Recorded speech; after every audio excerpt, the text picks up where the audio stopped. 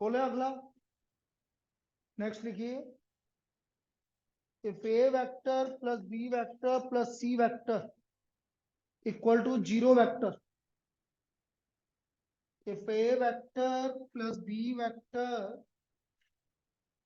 if a vector plus b vector plus c vector equal to zero vector, and magnitude of a vector equal to 3, magnitude of b vector equal to 5, magnitude of c vector equal to 7, then find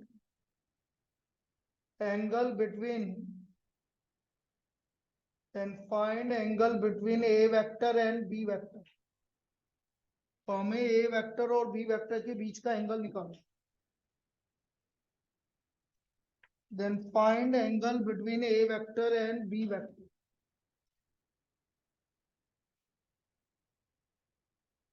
अब हमें A vector और B vector के बीच का angle निकालो।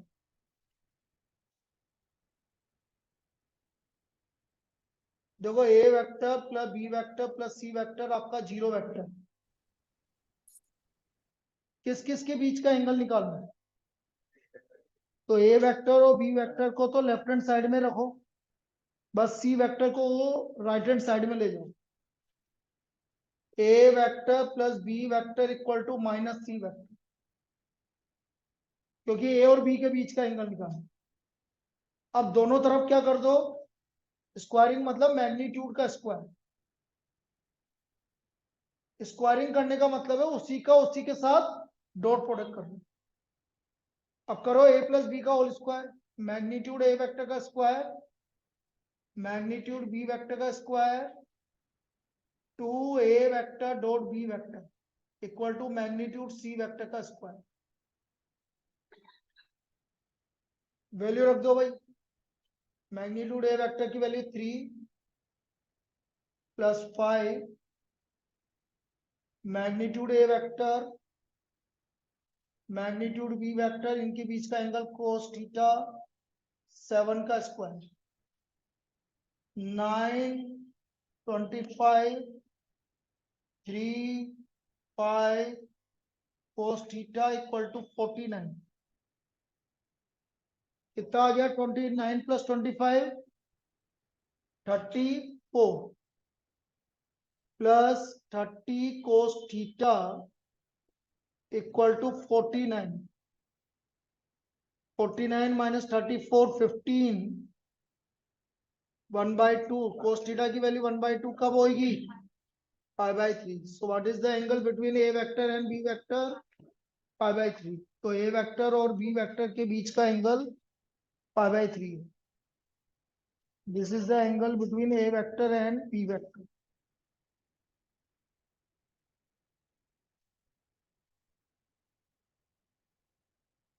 ये आपका A vector और बी वेक्टर के बीच का एंगल आ गया। हर जगह एक ही सेम ही कंसेप्ट चल रहा है। कहीं पे भी मैग्नीट्यूड निकालना है, कुछ भी निकालना है, स्क्वायरिंग कर दो, तो उसी से ही आपका सोल्व हो रहा है।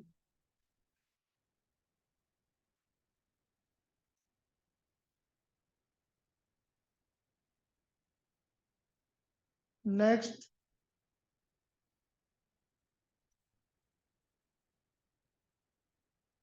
Late a vector, b vector and c vector, let a vector, b vector and c vector be three vectors of magnitude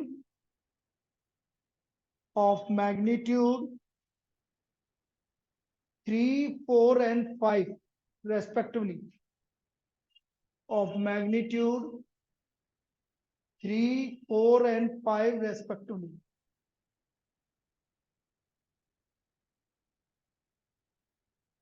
If each vector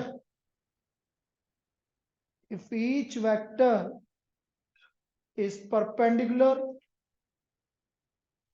if each vector is perpendicular to the sum of other two vectors, if each vector is perpendicular to the sum of other two vectors, then find magnitude of a vector plus b vector plus c vector. Then find magnitude of a vector plus b vector plus c vector. तो हमें magnitude of A vector plus B vector plus C vector निकालना।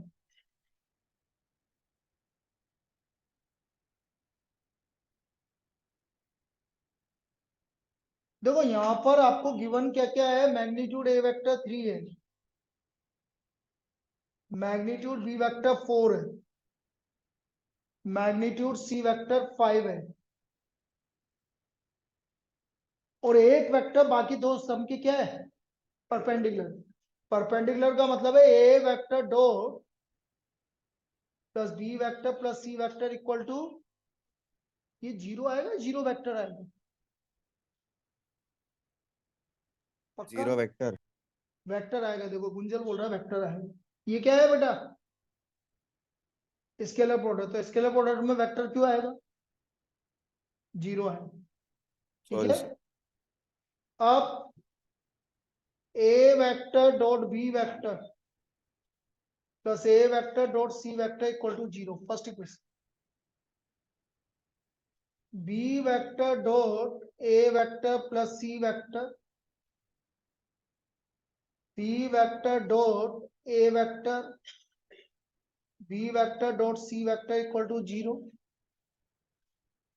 सी vector dot A vector plus B vector, तो C vector dot A vector C vector dot B vector equal to zero.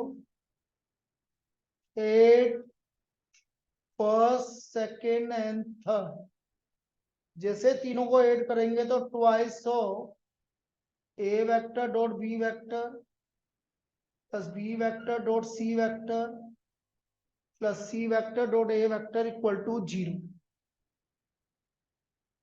ये आपका इसका twice आ गया।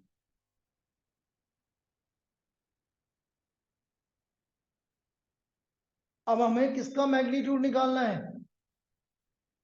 तो A vector plus B vector plus C vector का square, magnitude A vector का square, magnitude B vector का square, magnitude C vector का square, two A vector dot B vector B vector dot C vector plus C vector dot A vector.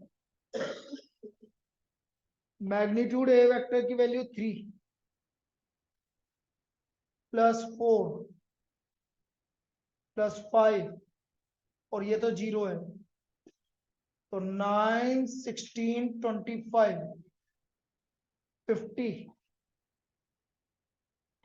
तो therefore magnitude of a vector plus b vector plus c vector root 50 मतलब 5 root 2। तो हमारा ये A vector plus B vector plus C vector का magnitude का value आ गया। Magnitude of A vector plus B vector plus C vector this equal to 5 root.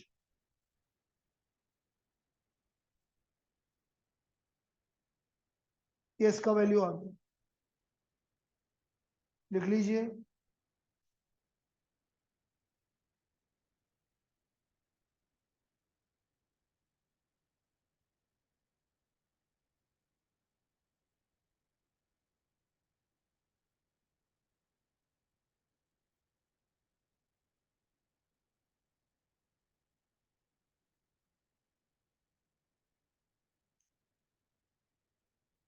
लिख लिया।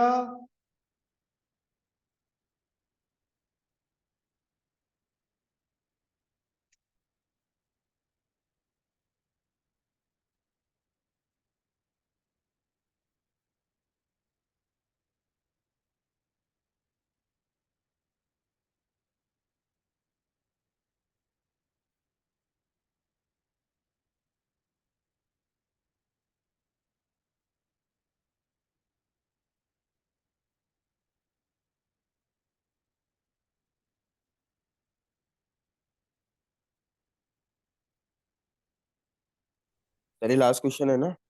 नहीं, एक और है अभी। चलिए नेक्स्ट लिखो।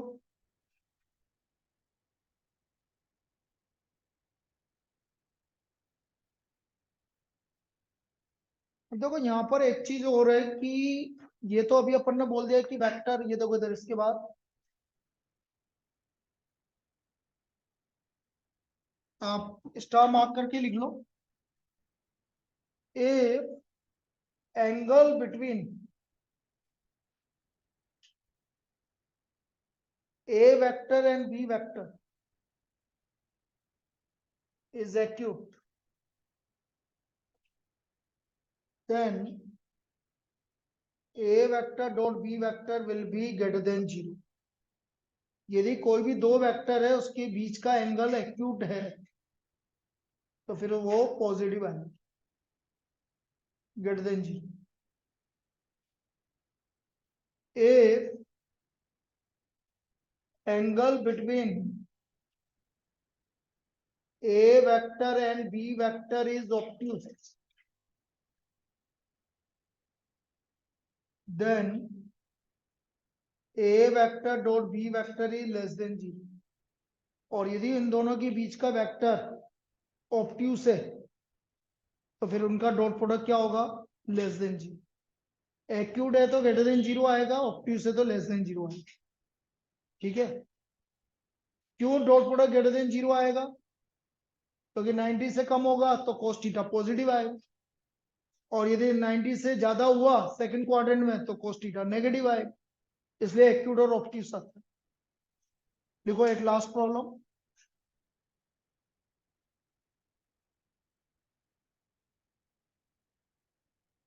Find the values of x,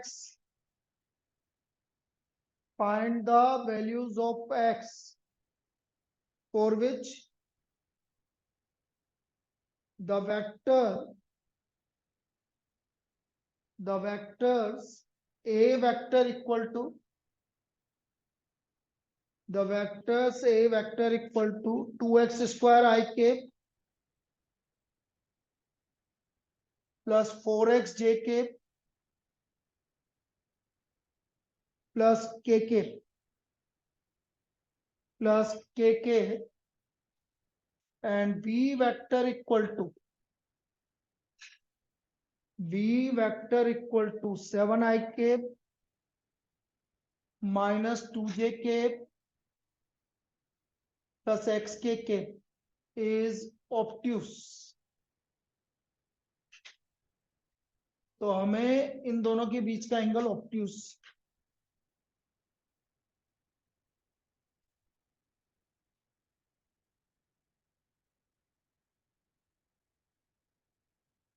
angle between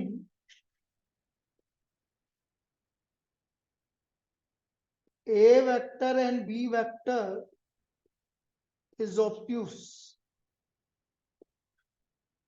तो a vector dot b vector is less than 0। तो 2x square I k plus 4x j k plus kk dot 7I k minus 2j k plus xk k is less than 0। ये आ गया 14x square minus 8x plus x is less than 0। 14x square 7x common आ गया, x into 2x minus 1। बेटा ये inequality है, inequality को solve हमेशा number line पे करते हैं क्योंकि आप इंक्रीजिंग डिक्रीजिंग पढ़ चुके हो। x इंटू, ऐसा नहीं कि ये इधर चला जाएगा ये हट जाएगा, कुछ नहीं होगा। तुम देख लो जो पहली बार पढ़ रहे हो, बेटा ये कब जीरो हो रहा है, जीरो, और ये कब जीरो हो रहा है, तो यहाँ जीरो मार्क करोगे, यहाँ 1/2 मार्क करोगे। इधर से क्या जाएगा, प्लस, चाहिए क्या, माइनस। तो x का वैल्यू कहां से कहां तक हो गया, या ऐसे बोलो x बिलोंग्स टू 0 to 1/2। तो ओपन इंटरवल, तो इसका वैल्यू आपका x की वैल्यू 0 से लेकर 1/2, ये इसका सॉल्यूशन होगा।